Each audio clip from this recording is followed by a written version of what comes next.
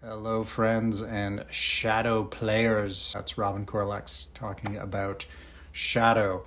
And we're going to talk about the second shadow in our shadow play series, which is the people pleaser. We all know who people pleasers are. They're those of us that wear a mask of hyper helpfulness, but underneath, most people pleasers are on high alert, hyper anxious and tightly wound. It's not fight or flight, but it is a reaction. Some would call it fawning. People pleasers are trying to make sure everything is okay all the time. And this behavior can look like always conceding to everyone else, agreeing with everyone else, avoiding anything that feels like conflict, keeping the peace and trying to make sure everybody's happy, and or staying quiet unless they can jump in and do something. Let me be useful. What ends up happening in the process is people pleasers are abandoning themselves. And the deep core drive of this shadow is that this personality type is absolutely terrified of disappointing others.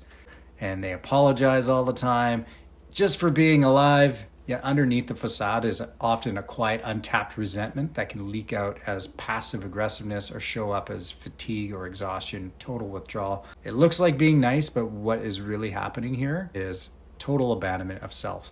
So what are the origins of this shadow? We became the little good boy or girl, and if everybody's okay, then I'm okay. And if they're not okay, I'm not okay. So we learn very young to abandon our own needs as people pleasers. We equate love and connection with self-sacrifice.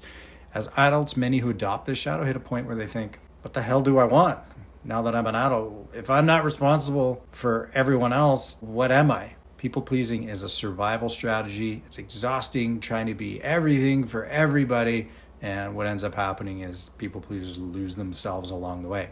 And here's the truth. It's actually not generosity or helpfulness. It's a nervous system that's trying to not lose connection. People pleasers aren't nice. They're scared. And the first step in unpacking any shadow is to acknowledge it. From there, we can choose whether the behavior is appropriate. Sometimes we want to help people, but what might happen if we let other people take care of themselves? So in our Shadow Play series, dates coming soon, we're going to explore the shadow, how to work with it, and we can play with it so we can transform the behavior and become more authentic and self-aware. So thanks for hearing about the people pleaser. Look forward to seeing you. Hope you can join us in January when we start up our Shadow Play sessions.